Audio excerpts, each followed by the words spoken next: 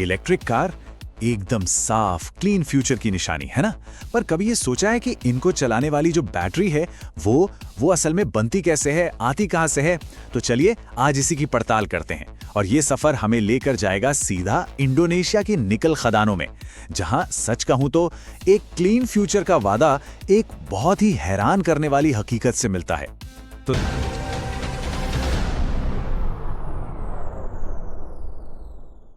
देखिए, कहानी कुछ ऐसी है। एक तरफ तो हमें जीरो एमिशन वाली इलेक्ट्रिक कारों का सपना दिखाया जाता है, एक हरा भरा साफ सुथरा भविष्य, और फिर दूसरी तरफ है असलियत। इंडोनेशिया के घने खूबसूरत जंगल जो अब बड़े बड़े इंडस्ट्रियल कॉम्प्लेक्स बनते जा रहे हैं। यही वो विरोधाभास है, वो पैराडॉक्स जिसे आज हमें समझना है। तो सबसे बड़ा सवाल यही उठता है कि भाई एक क्लीन टेक्नोलॉजी इतनी डर्टी प्रोसेस पर आखिर निर्भर कैसे हो सकती है? आइए अगले कुछ मिनट में इसी गुत्थी को सुलझाते हैं और देखते हैं कि हमारी गाड़ियों की बैटरी में जो निकल है उसकी असली कहानी क्या है। तो चलिए बात करते हैं इंडोनेशिया की निकल रश की। मतलब आखिर निकल ही क्यों, इंडोनेशिया ही क्यों, और वो भी ठीक अभी क्यों? इसका सारा राज छुपा है बैटरी की टेक्नोलॉजी में। आजकल की जो लंबी रेंज वाली इलेक्ट्रिक गाड़ियां हैं ना, उनमें ज्यादातर NMC या NCA बैटरी लगती हैं, और इन बैटरियों की जान है निकल। जितना ज्यादा निकल उतनी पावरफुल बैटरी। मतलब सीधी सी बात है, ज्यादा निकल का मतलब एक बार चार्ज करो और गाड़ी को दूर तक ले जाओ। आप जरा इस नंबर पर नजर डालिए। आज की तारीख में दुनिया की आधी से भी ज्यादा निकल सप्लाई यानी लगभग 55% अकेले इंडोनेशिया से आ रही है। जी हां, पूरी दुनिया का 55%। बस यही एक आंकड़ा उन्हें पूरी इलेक्ट्रिक व्हीकल सप्लाई चेन का कह सकते हैं किंग पिन बना देता है।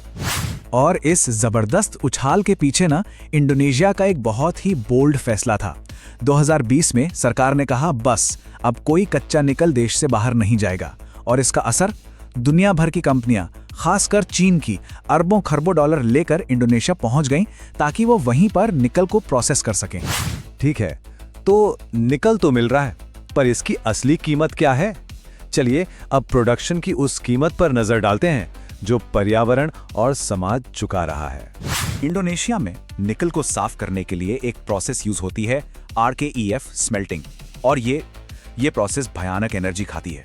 जरा सोचिए, पहले कच्चे माल को 850 डिग्री सेल्सियस पर सुखाया जाता है, फिर उसे 1500 डिग्री पर पिघलाया जाता है। 1500 डिग्री सेल्सियस।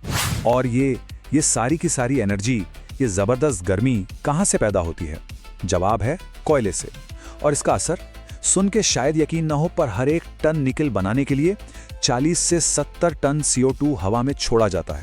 सोचिए जरा, एक टन निकल के लिए 70 टन तक का कार्बन एमिशन। ये तो एक क्लीन कार के लिए बहुत बहुत बड़ी कीमत है। लेकिन देखिए, बात सिर्फ कार्बन की नहीं है। सुलावेसी और हल्माहेरा जैसी जगहें ये दुनिया के सबसे जरूरी बायोडाइवर्सिटी हॉटस्पॉट्स में से हैं, और वहां जंगल साफ हो रहे हैं। वहां रहने वाले समुदायों को बिना ठीक से बात किए हटाया जा रहा है, और माइनिंग की वजह से हवा और पानी दोनों जहरीले होते जा रहे हैं। और एक और बहुत ही विवादित प्रैक्टिस है डीप सी टेलिंग्स डिस्पोजल। इसका सीधा सा मतलब है माइनिंग का सारा बचा खुचा जहरीला कचरा उठा के सीधे गहरे समंदर में फेंक देना। ये समुद्री इकोसिस्टम के लिए पूरी तरह तबाही है, और जानते हैं ज्यादातर डेवलप्ड देशों में ये पूरी तरह बैन है, पर इंडोनेशिया में ये आज भी चल रहा है। तो एक आम मिथक है, एक गलत फहमी है कि अरे ये निकल तो इलेक्ट्रिक कारों के लिए है, तो ये तो अपने आप में क्लीन ही होगा, है ना? पर असलियत कुछ और ही है। हकीकत ये है कि ये दुनिया के सबसे ज्यादा कार्बन पैदा करने वाले और इकोसिस्टम को बर्बाद करने वाले निकल स्रोतों में से एक है। कोई चीज सिर्फ इसलिए क्लीन नहीं हो जाती क्योंकि उसका इस्तेमाल एक इलेक्ट्रिक कार में हो रहा है। तो अब तक जो बातें हमने की, आइए उन सबको जोड़कर देखते हैं। समझते हैं कि ये निकल इंडोनेशिया की खदानों से निकलकर पश्चिमी देशों के कार शोरूम तक पहुंचता कैसे है। ये देखिए, सप्लाई चेन एकदम सीधी है। सुलावेसी और हल्माहेरा के इंडस्ट्रियल पार्क से निकल जाता है CATL और LG जैसे बड़े बैटरी मेकर्स के पास, और वहां से सीधा वोल्क्सवैगन, फोर्ड, BMW, हुंडई और GM जैसी कंपनियों की गाड़ियों में। एक सीधी लाइन है खदान से लेकर हमारी सड़क तक। और इस पूरे सिस्टम को चला कौन रहा है? इसके पीछे है $30 बिलियन से भी ज्यादा का चीनी निवेश। जी हां, $30 बिलियन। यही पैसा है जो इंडोनेशिया की इस निकल इंडस्ट्री को इतनी तेजी से आगे बढ़ा रहा है।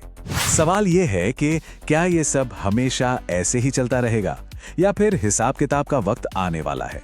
चलिए देखते हैं कि नियम, टेक्नोलॉजी और क्लीन निकल का भविष्य कैसा हो सकता है। देखिए, दबाव तो अब बन रहा है। 2025 से यूरोपियन यूनियन ये जानना शुरू कर देगा कि हर बैटरी को बनाने में कितना कार्बन निकला, और 2027 तक तो ये नियम और सख्त हो जाएंगे। अगर आपका निकल बहुत ज्यादा प्रदूषण फैला रहा है तो हो सकता है कि वो यूरोप के बाजार में बिक ही ना पाए। इस चार्ट को देखिए, एक तरफ है कोयले से चलने वाली इंडोनेशिया की RKF प्रोसेस का हाई कार्बन फुटप्रिंट, और दूसरी तरफ हैं कनाडा और ऑस्ट्रेलिया के क्लीनर ऑप्शंस जिनका कार्बन फुटप्रिंट काफी कम है।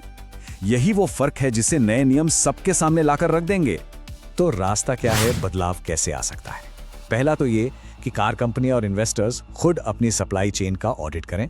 दूसरा, इंडोनेशिया के प्लांट कोयला छोड़कर जियोथर्मल जैसी रिन्यूएबल एनर्जी अपनाएं। और सबसे जरूरी, इंडोनेशिया अपने ही पर्यावरण कानूनों को मजबूती से और सख्ती से लागू करे। और आखिर में हम घूम फिरकर उसी एक सवाल पर आ जाते हैं, क्या एक साफ सुथरे स्वच्छ भविष्य की नींव एक गंदी बुनियाद पर रखी जा सकती है? इस सवाल का जवाब ही ये तय करेगा कि इंडोनेशिया का भविष्य क्या होगा और हमारी क्लीन एनर्जी की क्रांति कितनी सच्ची और भरोसेमंद है। Audio Jungle।